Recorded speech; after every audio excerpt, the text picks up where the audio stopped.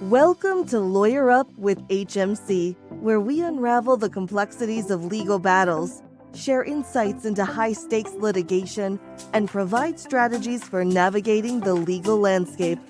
Join us as we delve into and discuss common legal issues and interview industry professionals and experts in the field. Whether you're a legal professional, a business owner, or simply curious about the world of litigation, our podcast offers valuable knowledge and practical advice to empower you in your legal journey. You can find this show on all the major platforms, including YouTube, LinkedIn, Facebook, Apple Podcasts, Spotify, and on our website, hmclawyers.com. Now here's the host of the Lawyer Up with HMC podcast, Kristen Hagg.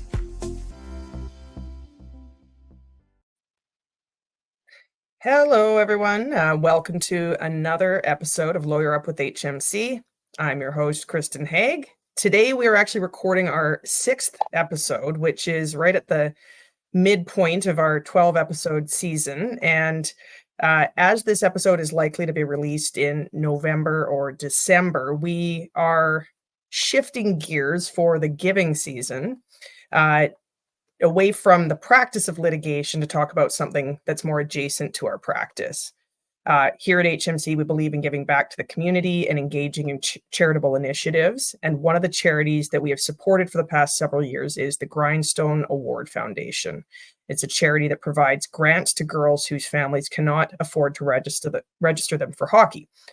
And I should mention off the top that I've been a member of the board of the Grindstone Board of Directors since 2019, and I am so grateful to my partners and colleagues here at HMC that they've offered such enthusiastic support for a cause that is very near and dear to my heart. So anyways, we have a very packed house today, so I should probably move along to the introductions. I'm going to start by introducing my fellow HMC lawyer guest, Michael Hokanson. Mike, as we call him, is a partner at HMC. Some might even say that the H in HMC stands for Hokanson. Debatable, but, it's one of those things. He is a formerly trained mediator and arbitrator and an experienced litigator with expertise in several areas, including construction litigation, corporate and commercial litigation, personal injury litigation, and professional negligence claims. Most importantly, Mike is probably the most generous and philanthropic person at HMC, and perhaps even in the Calgary legal community, and has been a huge supporter of Grindstone, regularly donating his Flame Seasons tickets to the charity for us to send local grant recipients to games. So thank you, Mike, and welcome to the show. Thank you. And now to the more important people. Sorry, Mike. From the Grindstone Award Foundation, we have Jehan Jiwa and Danielle Bell. Jehan has been the vice president of Grindstone since 2021.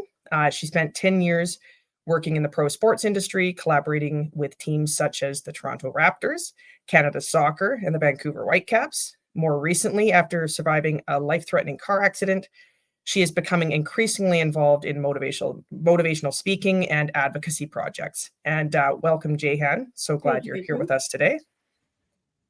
And now Danielle. She joined Grindstone as the Director of Human Resources in 2021 and has been serving as the president since December of 2022. Talk about a quick ladder climb. Danielle is a realtor in the Greater Toronto Area, or as we call it out west, the GTA, and has always had a strong entrepreneurial mindset. She is a mom to both a son and a daughter that play hockey. So welcome to you also, Danielle. Thank you so much. Yes, we've got a good mix of people here, and I actually think this is quite a moment because it's the first time that any other members besides myself from the Grindstone board have met Mike, despite him being very well known to the board for his contributions that he's made to our charity. And so I'm really glad that you're all finally able to meet him. Yeah, pleasure to meet everyone. And I do have to point out, Mike is definitely, although I've taken some jabs at him already, he's definitely the best dressed person here in terms of formality. The rest of us had a behind the scenes discussion about wearing our Grindstone Award Foundation t-shirts, but you can't fully see. And we'll just have to make sure that we get one for Mike for next time. So Absolutely.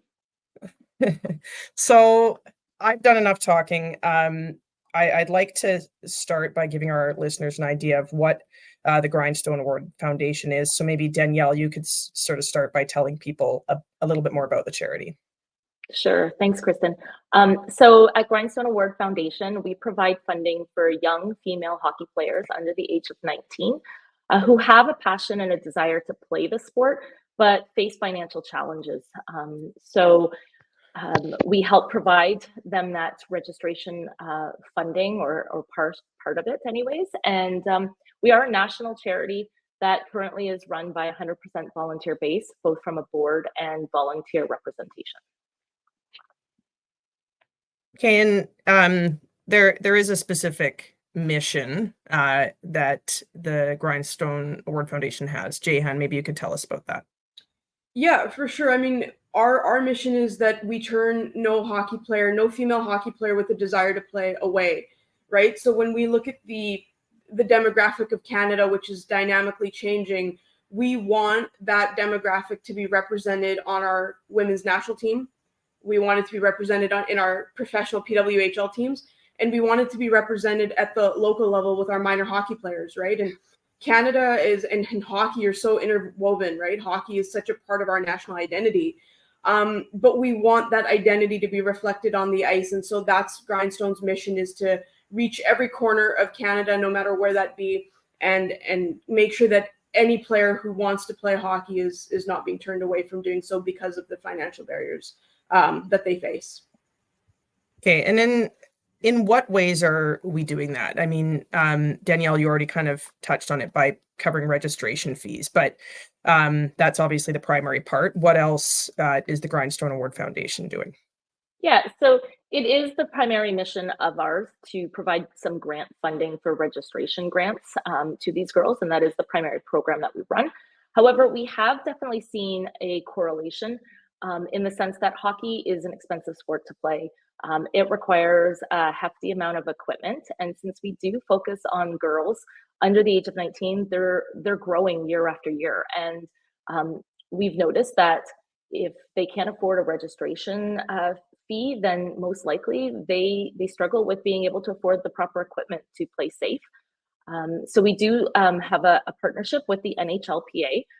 They have been very gracious and generous to us to donate equipment to some of our equipment recipients as well, those that have identified a need for new equipment or equipment in general. So they provide us with sets of equipment for the past few years to get these girls also on the ice and to see them play. And then the other benefit that we do have is we are strongly supported by many of the PWHL ladies. They serve as kind of ambassadors to us. So with that, they've provided us with access to tickets for these grant recipients to be able to attend PWHL games, Women's Worlds events, and varying PWHL camps that are held throughout the course of either the summer or throughout the year. So giving these girls opportunities to be on the ice as much as possible and to see they're inspired, these ambassadors of ours to where they can get to by playing the sport. It's interesting you bring up the ambassadors, because Mike and I were talking about this yesterday, and his daughter Lily has been playing hockey and she's become a fan of the PWHL. Mike, maybe you should tell these guys a little about her favorite team and her favorite player.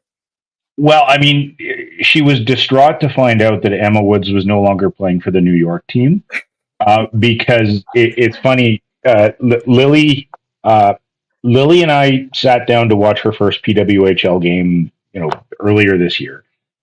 It wasn't the first one, but it was just one that we happened to be on TV, and we hadn't quite navigated where we were able to stream it, where we were able to see it. And we watched a game that was between New York and I think it was Ottawa. And New York was just absolutely getting caved.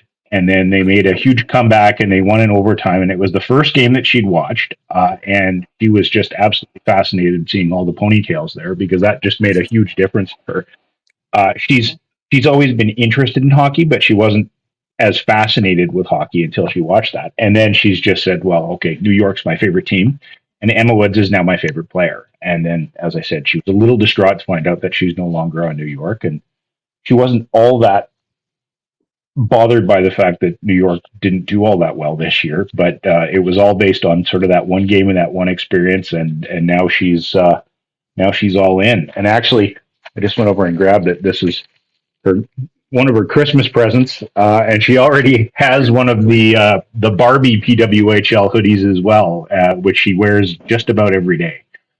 So she's a big fan, and she certainly has really embraced hockey, particularly seeing more girls playing, because that really has resonated with her. As much as she really liked hockey when she started out in the community league, she's since transitioned over to play in the girls hockey league, and it's now she loves, which is a really neat thing to watch. Yeah, it's actually really cool because Emma Woods is one of our ambassadors here at Grindstone, and she's been absolutely fantastic since she came on board.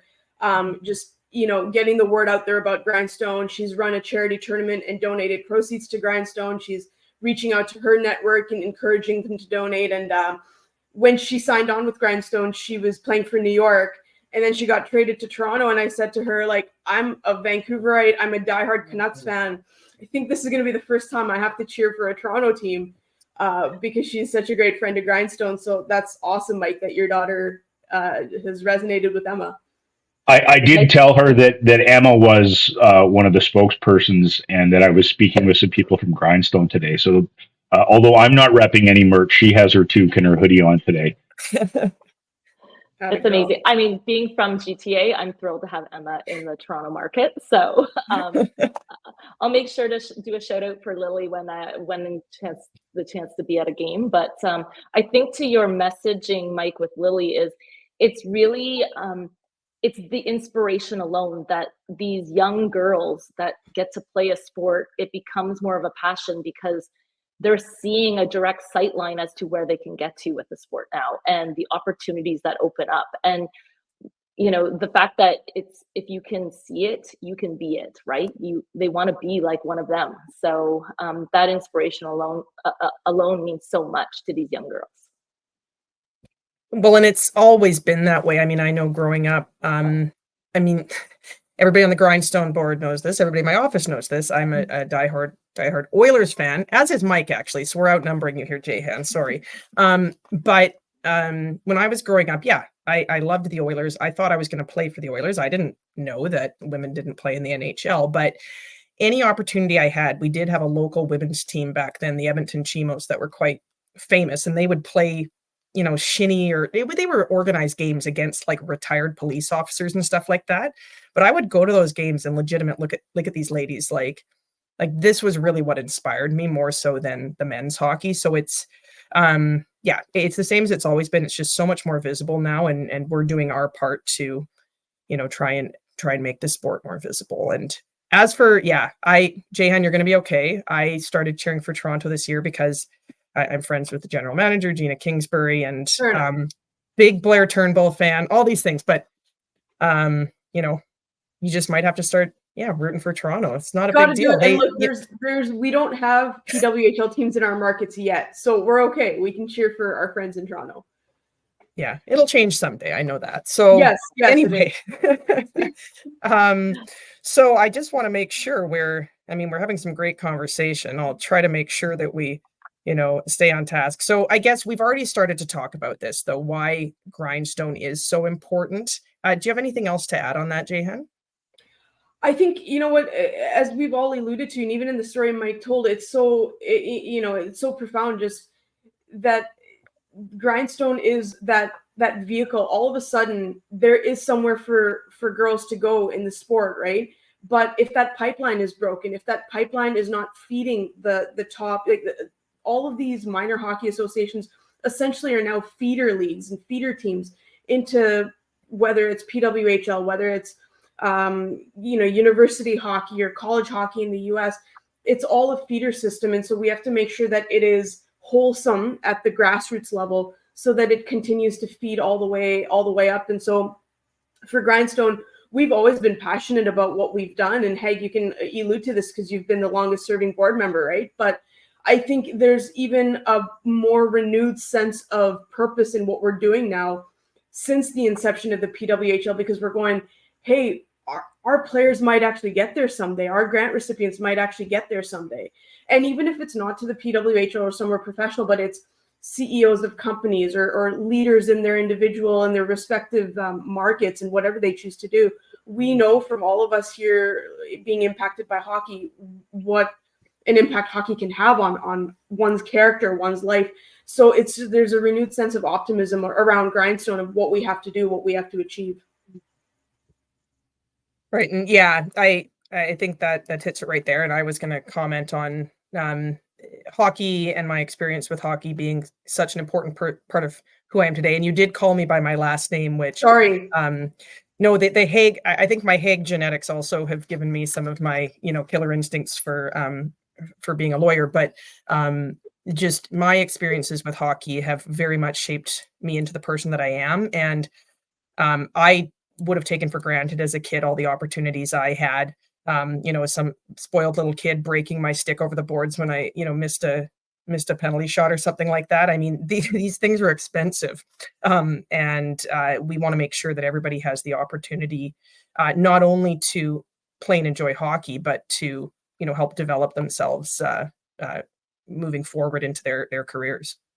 Although those sticks weren't quite as expensive back then as they are now, but No.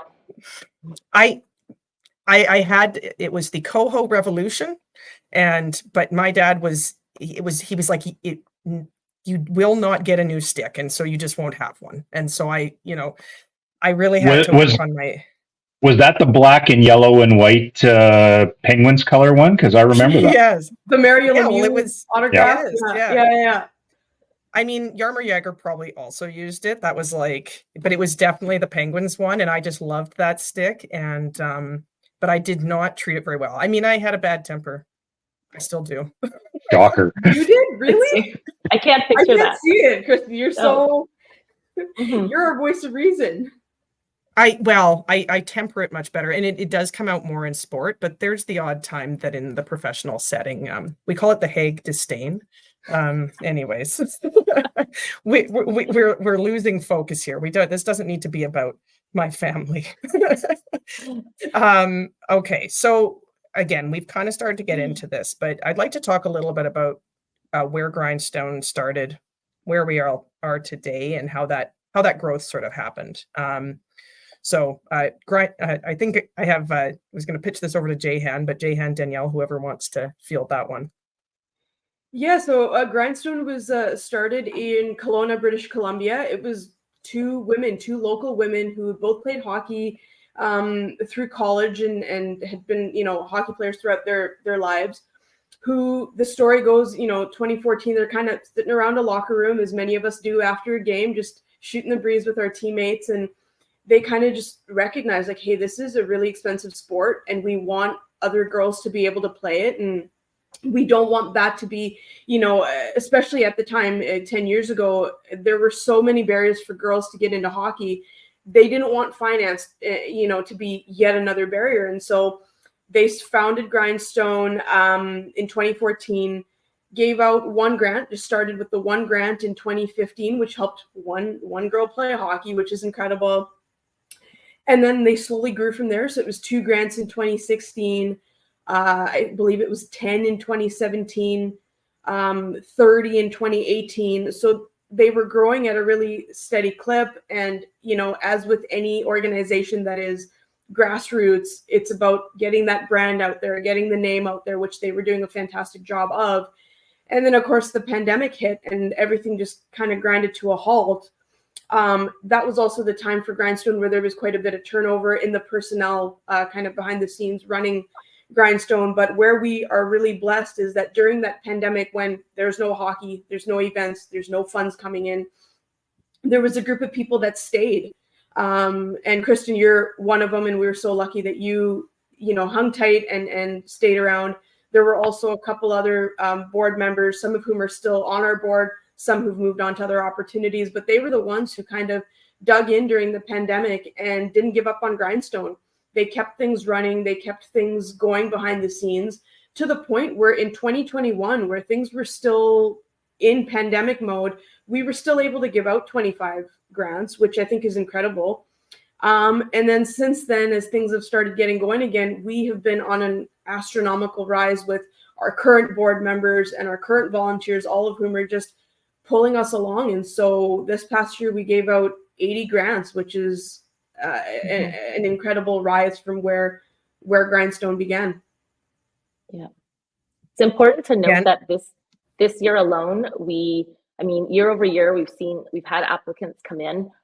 They've started small, maybe the first year was you'd get 50 or 75 grant applications, but this year alone, we saw over 250 individuals requesting funding for hockey. So we're seeing the reach now, and we're getting out there, and having more girls apply just shows just how expensive and what a need there is out there. The fact that we gave 80 grants this year is incredible. And obviously we want that to continue to grow year after year. So, Mike, I'm curious with your daughter playing, is there a familiarity among, is it the Junior Inferno with what Grindstone is, and do people know we exist? Because in Alberta, we're actually better known than a lot of other provinces. I'm just kind of curious what type of reach we're having. I'm not exactly plugged in with the GHC hierarchy. I tend to just fight with them about their intellectual property when I want to buy hoodies for the kids on my daughter's team. But so I can't say for certain. I obviously have a little bit more of an understanding and knowledge of it just by virtue of the fact that I'm down the hall from you, and I have a little bit more exposure to it. But I'm certainly going to try and use my limited resources within the GHC to see if we can raise some more awareness, because I do think there's the registration fees, but hockey is so expensive with everything else. And it's something that I noticed particularly associated with the Girls Hockey Calgary, just because it's one of the largest hockey associations in Alberta right now, because it's citywide, and just some of the logistical challenges that people would have. So if you have the financial difficulty of getting the registration, that's one challenge. But then you've got to drive to the other end of the city for an ice time that starts at 4:30. And if you're a single parent, or if you don't have somebody to give you coverage, the logistical access is something that's difficult. And then, of course, there's the inevitable cash call after you get on the team saying, hey, we want to do this tournament, we want to do that, which is all part of the process, and it's all part of the team building. But it all can be really expensive, and it certainly is a challenge, and it makes the work that you guys are doing all the more important. I think you hit it right on the head there, Mike. Where we want to go. Yeah, and to give the listeners an idea of kind of the process behind the scenes.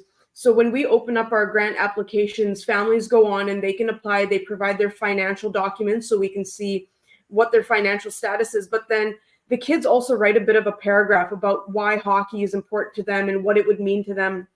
And Mike, when you talk about things like just the proximity to the rink and the drive, we've had applicants say the closest all-girls team is 2 hours away. So my mom wakes up at 4 a.m. She drives me to the rink for a 6 a.m. practice. She sleeps in the car while I'm on the ice. And then we drive home and try to get to school on time. Or, that's kind of the part that people don't really maybe realize about Grindstone is it's not just players who love hockey that want to play hockey. There is such an identity behind them being able to play hockey, whether it's that, they're facing financial challenges, family health issues, and they're saying hockey is where I get to be me, right? Hockey is where I found my identity. And when I'm on the ice, it's about me. It's not about the ill parent or the sibling who maybe has neurodivergence, or, it's all about me, and I get to focus on myself, my physical health, my mental health. So when we're reading these, we're going, wow, we really got to keep up here. We got to keep growing, because we don't want to be the reason that these girls can't get on the ice. But you absolutely hit it on the head, Mike. It's more than just financial barriers. There's so much that is required to get a girl on the ice. Well, and that's also coming from a jurisdiction where we're fortunate enough that we have the GHC. We have such a huge organization that will allow girls to play with girls if they want. Like, girls can still play with the community leagues or the local quadrant leagues and that kind of thing. But you just see year after year after year, there's fewer and fewer of them that are remaining in that.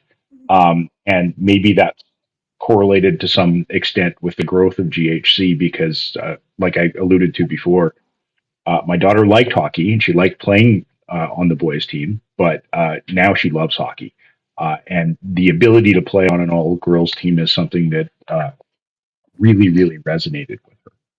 Yeah, my daughter used to play boys hockey as well, and then when she made the transition to girls hockey, I mean, don't get me wrong, there was something to be said about her playing boys hockey, and she loved it, but she wasn't getting the interactions that you would normally get on a hockey team, right? Like, she wasn't getting invited to the birthday parties after or the whatever because she was the only girl on the team, or the sleepovers. Now that happens all the time, right? You're like, oh, I'm going to so and so's house, and they're having the sleepovers and they're hanging out and they're building these lifelong friendships, and that's really what it's about. It's having those friendships, being able to learn the life lessons that hockey is teaching them. And I think for the parents, some of them, if they're staying in it, they're really realizing the whole term, it takes a village, because some of the ice times that are out there, if you have a full-time job and you're working to make this happen, you can't make those ice times. So those parents are having to call on others to say, can we set up a carpool system to make it to the practices and so forth. So even the parents learn that it's an extension of their family almost, that it's a social amongst itself for the parent group as well, to help keep these girls in a sport that they love. I don't know how they did it before the Team Snap app came into be, because you can ask. I actually remember getting picked up, and it would be there was 3 or 4 of us at the same elementary school that went to a power skating that started at like 4:00 or something like that. And yeah, it would be a different parent every day would pick us up. We'd get dressed in the van on the way there. And then, but yeah, yet another thing that I fully took for granted. The other thing I remember from that power skating was, it was primarily boys power skating. And so the 4 girls, we would get changed in like a janitor's closet, which, I mean, I never played on a boys hockey team. I played ringette for a few years. I apologize for that. It was just one of those things back in the day. This is hockey for girls. But when I'm a huge proponent of girls playing on girls teams, simply because of the fact that you can be in the dressing room with the team, getting those. I mean, those are the things you remember. I mean, sure, you remember here and there, this game-winning goal or whatever, but most of my memories from hockey are from the time I've spent with my team. Again, like in the dressing room, on the water slides at the hotel. That was always the best thing. But and the coaches hated it because you burnt yourself out. Yeah, they were like, "Don't get tired. Eat more bananas." Exactly. Something like that. I don't know. Exactly. But it was, it's just such an invaluable experience that we want to make sure more people have. And because of these other barriers, I guess, we are, I keep saying we, and I am a we with Grindstone, but I want to make sure I'm not talking about HMC, but Grindstone is growing. How's the charity going to take the next step, I guess, in terms of keeping up with growing at the same rate as the interest in women's hockey and the need for support and funding? Yeah, that's what that's our goal, right? That's the challenge is, I think a really cool thing that's happened with Grindstone over the last couple of years is the outreach has really taken off. And that's thanks to an incredible team of, volunteers and board members we have both in the outreach space and also just across the charity, where everyone is always pitching Grindstone and talking about Grindstone and really working to get the word out there. But it has to do this, right? The fundraising has to be keeping up with the demand. And so Grindstone's goal, as Danielle alluded to, we have almost 300 applicants this year. Our goal is to turn no one away. So if you're applying and you're qualified, you meet all the requirements, we want to be able to give you a grant. But that means we have to keep growing our fundraising side. Where we're really trying to focus, in addition to our individual donors, who we're so thankful for, is also the group, the partnerships, the sponsorships. So something like what HMC is doing is, we're so incredibly thankful for that type of corporate philanthropy, because it's allowing us to get more girls on the ice. When you all donate your tickets so generously, these families would never be able to go do that, right? So it's allowing us to create more than just a hockey experience. They're getting out into the community. And so that's what we're trying to target, is reaching out to the big corporations who are passionate about hockey and who are looking to get into corporate philanthropy and say, hey, Grindstone is an option. We're here. This is what we do. One thing I think really allures itself to donors is that we are 100% volunteer based right now. So, a majority of your funds are going to the cause that you want it to go to. They're not going into high operational costs or anything like that. Now that being said, we understand that to take the next step, maybe we do need to invest in some paid roles. We need to invest in some infrastructure behind the scenes. So that's always the conversations we as a board are having, of how do we continue to grow Grindstone while not taking anything away from the communities that we serve. And I think it's important to note that with that in mind, the fact that we are a national charity, I mean, we are thrilled that HMC, being primarily in the Calgary market, the Alberta market, is so generous with us. But we're also looking to the larger corporations that are out there. We are a national charity, and if you are a big corporation and you span, why not give to a national charity that your funds will reach, BC as much as it does to Nova Scotia or to the territories. So we have been very fortunate to have some pretty big sponsors, such as TELUS, who's donated some great funding. Canucks for Kids in the Vancouver area has provided, the Canucks for Kids Fund has provided us with funding as well for the past 3 years.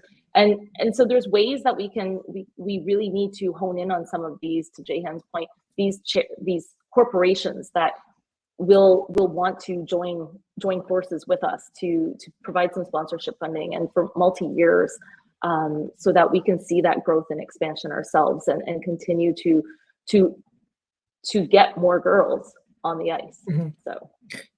Yeah, well, there's been a disproportionate number of Calgary and area grant recipients getting to go to Flames games, thanks in large part to, well, not in large part, entirely to Mike and his generosity in donating his season's tickets. And Mike, do you have any thoughts on just kind of, I guess, the corporation side of things or the business side of things, why it's important to do these things? Well, I mean, the predecessor firm that I was with before this group kind of took off together was very reluctant to engage in charitable donations as an entity. And there was some old school notions about that, where we couldn't come to agreement on what we would donate to, and people should donate personally. And while making personal donations is great, and it's certainly something that you can try to shake the trees and get as many individual donations as you can, as you alluded to. In order to deal with something of this magnitude, you really need a bit more of a corporate base. And that corporate base kind of has it worked into their budgets, saying we are going to pay X number of dollars per year as a donation in order to increase our corporate profile, in order to give back, whatever the motivations are, because there are invariably some conflicting motivations, because most people in the corporate world, they like to get involved with philanthropy to do good, but they also like to be seen as though they're doing good as well, right? So there is a bit of a duality to the motivations behind that. And I really think that if you can get in with people and have it as part of their budget, part of their thought process, where it isn't necessarily something that you have to go to them and ask them for. It's just already there and baked in. That's really the area that allows you to kind of take the next step and move forward. Because if you're constantly having call it sort of the bake stale mentality, right? You're trying to do everything on a small scale. The effort that goes into it and the turnout that you get out of it just isn't there, and you can't continue to put that level of energy in. So I certainly think that you guys are approaching this in the right way by trying to approach that more broader based corporate donation to prey on their desire to look good in the community, but also, it does feel good to do things like that, right? Yeah.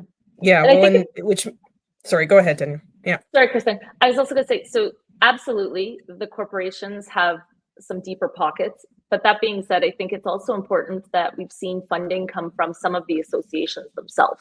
So many of the associations that have girls as grant recipients, they know that there's a need. They know that there's a financial need in their systems already. And how good does it feel to know that as an association, you're running a fundraising component, and there's a lot of teams that, as they shape these young players, they build in a fundraising kind of initiative. And how great is it to know that, you're giving back to have more girls in your own community playing, right? Like if Girls Hockey Calgary is providing a fundraising initiative, they're knowing that some of this funds, yes, it's coming to Grindstone, but inevitably more girls are going to be playing, and why not have their sport grow and continue to grow, and know that, Susie, who's playing this year, is able to come back next year, right? So it's almost in their selfish self-interest, right? Yeah, They're essentially investing in themselves. Exactly. Yeah. Just a little bit indirectly. It's a help us help you mentality. And actually, a really cool story. So earlier this year, we got reached out to by the North Shore Winter Club here in Vancouver, and they've been fundraising. Their U13 girls have been fundraising to go to provincials kind of all season long. And after provincials, which they won, they had a surplus of funds left over, and they were looking for a charity to donate it to. They came across Grindstone and said, hey, would you come and accept a check and kind of, give a speech? And it was a really big thing to go. And as I was there, I was fortunate enough to be able to go, and I'm talking to the parents, and they're saying, yeah, even going to the North Shore Winter Club, it's a higher end area. It's kind of, it's the country club membership and such and such. And the parents are going, we want our kids to learn that not everybody gets to play hockey when they want to. And, they're not all kids of former NHLers who have the money in the background. And so I tried to highlight that in my speech. These are the types of girls you're donating to, are the ones who, they need this money, and this is what hockey means to them. And the girls on the U13 team actually wrote letters to the grant recipients saying, I hope you have a great time, or I hope, good luck on the ice this season. And it was really cool to see these parents kind of making that time to educate their own children on the different demographics out there beyond just themselves. So we're always talking to organizations, minor hockey or organizations, and saying, yeah, if you have a fundraising component, please consider Grindstone. We've had people reach out in the past with in memoriam, so they've lost a loved one maybe, and that loved one loved hockey and was passionate about getting girls into hockey, and so they've donated in memory of someone. And so people don't realize that there's so many different ways to support a charity, whether it's a small amount, whether it's a big amount. Sometimes it's, for example, WickFest, Haley Wickenheiser's festival, who's been so good to us. They allow us to set up a booth at their local events, and just the exposure you get by doing that, and the people buying merchandise.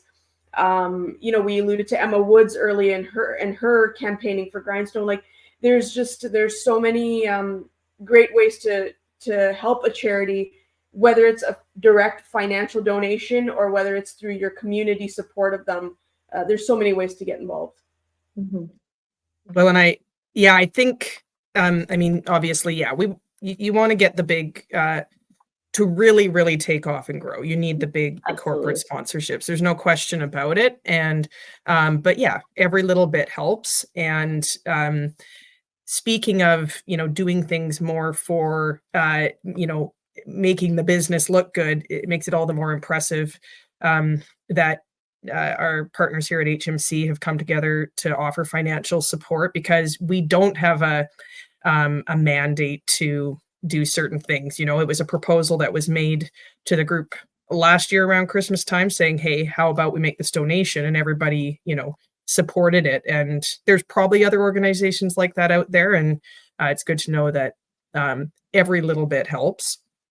And yeah, we kind of started getting into not everybody can offer financial support. And one of our biggest needs as a charity is in the area of volunteers. So what ways can people help in volunteering?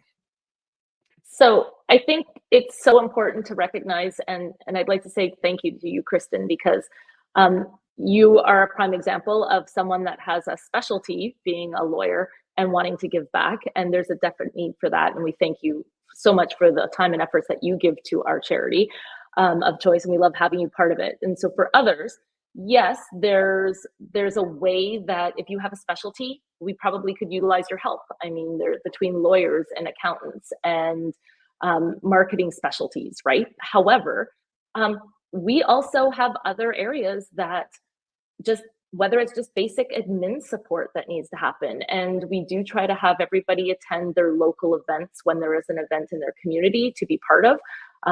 But we run events across Canada, so that's another way to participate. And I think just knowing that when you reach out to us to say, I do want to give back, you end up having a meeting with myself and another board member, and we have a general conversation as to where do your interests lie, what are your backgrounds. Some people have put their hand up and said, yeah, I'm a finance person by background, I do it all day, but I want to get away from that, so I don't want to do that. And so we say, okay, where are the other areas of interest? And it's no different than anybody else. We have that conversation to say, what is going to fill your bucket? Because at the end of the day, if you are passionate about the sport and you want to give back, we don't want it to feel like work. I mean, at the end of the day, it is work, and we all give our time and our efforts, but we just want to make sure that it's filling your bucket the best way possible. So at the end of the day, to volunteer, it's a simple reach out, whether on Instagram or through our website. We schedule a meeting and we get you helping out. And it's there's lots of areas that need the help. So. And can I just say, it's so much fun being part of the Grindstone team. Like, yes, we're virtual, we're spread out across the country, truly, we're all volunteers, but it's a big family. Like, we all just love getting together, you know, whether it's virtually or whether in certain pockets we are able to get together in person. It really is a big community. Everyone is always willing to help each other out, whether it's with Grindstone work or if someone has a question about, hey, my kid's about to join hockey, what do I do? Or how do I navigate this? We really do make it about more than just the work. It really is a big family of support. So highly encourage anyone who has some volunteer hours to give to reach out, because we make it fun. We're a good group. We definitely well, I was gonna say, as somebody who handles recruitment here at HMC, all resumes now are just chock full of volunteer stuff. I mean, this is what students do to set themselves apart. Students in particular are hungry for volunteer opportunities. And this would be a great one for so many people. It's unique too. We kind of see the typical things on everybody's resumes, particularly law students. But you know, any type of volunteer work is valuable and it teaches people lessons. And I can't speak highly enough. Yes, I have stuck around since 2019. So this is a very good charity to be a part of. And I can't recommend it enough. So we're kind of running short on time, but do either of you have any closing thoughts before we wrap things up here? Danielle, I'll let you go first. Jehan and I always kind of look at each other like, who's going to jump in on this? We try to do the telepathic thing. Yeah. Honestly, we're just so grateful to have the opportunities to have this conversation, spread the word as much as possible about Grindstone. I think that's we always love to say thank you in person to our fellow supporters, and this will be our in-person way virtually today to both of you. So thank you so much for having us. And honestly, it's amazing to be able to spread the word and get out there and know that we're out there. So if you're speaking to somebody and they know somebody that wants to play but doesn't financially have the capability to afford to do so, there's a way for them to reach out to us. And then for those that want to donate, if you have an idea, you want to run a fundraiser, if there's just a general back-end thought that you want to explore the opportunities, we're happy to have those conversations. And other than that, it's just, we're welcoming to anybody wanting to volunteer their time. So thank you. Jehan? Yeah, and I mean, couldn't have said it better, Danielle. And just, I think what's really cool is when Danielle Grundy and Sasha Podolchak, the founders of Grindstone, started this was 10 years ago. Women's sport was still kind of in the background, and but what a great vision they had, because look at where women's sport is now. So this is really about more than just Grindstone or more than about just hockey. It's about this movement, right? It's about this movement we're seeing across, I was going to say North America, but across the world, where we've got women's leagues just taking off all over. And so this is for people who love hockey and are passionate and want to see hockey remain kind of part of that Canadian core. This is an opportunity in any way that you can to get involved in a movement so much greater. So we're here, like Danielle said, we're here in multiple ways. Reach out. We're happy to have a conversation. And Mike, I was going to say earlier, and I forgot, you better not let Lily watch this before Christmas, because then she's going to know what her present is. Yeah, well, she's probably not going to be interested in watching a bunch of people talking about the charitable aspects of Grindstone or anything like that. But yeah, even if she did see it, she'd probably forget by then anyway. So, All good. Well, I thank you for joining us, Mike. I know you've got a busy morning ahead of you, and it was nice of you to come on here and at the very least allow us to recognize you for the amazing things you've done for our charity. I mean, you don't see behind the scenes, but honestly, everybody on the board knows who you are, and they've just been so happy with the support that you've offered to the organization. So thank you. You're welcome, and I mean it certainly isn't all that much, and you're making me blush. But the other thing that I wanted to say when I was moseying around the website is that section that you guys have with the moment when the kids find out that they're going to play hockey. It's really, really cool, and I think that that's the kind of thing where you can really kind of make this resonate with your donors when they see something like that. Because I know that I've had a few things that I've donated to in the past, and you get a little video chat or a video message from someone saying, "Hey, thanks for that." Like that kind of thing really resonates with individual donors, and I just wanted to say I thought it was really cool, and I thought it was a really good thing that you guys were emphasizing.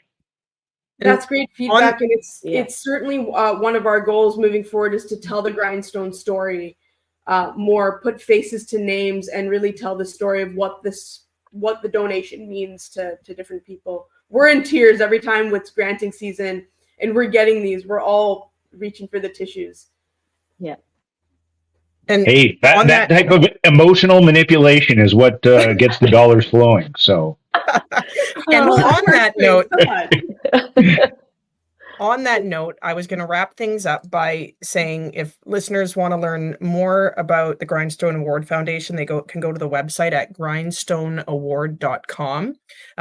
These videos Mike is talking about are there. There's areas regarding volunteering, fundraising ideas, and there's also a section where you can donate right on the website. Doesn't have to be significant amounts. Like we said, every little bit helps. And the website information will be in the show notes, but I did want to make sure to put it on the air today. So it's been a great show, guys. Thanks so much for being here. But we are out of time now. So bye-bye until next time. Thanks, everyone. Thank you. You've been tuning into the Lawyer Up with HMC podcast with your host, Kristen Hagg. You can find this show on all the major platforms, including YouTube, LinkedIn, Facebook, Apple Podcasts, Spotify, and on our website, hmclawyers.com. Thank you for your positive reviews, comments, questions, and for sharing this show with others.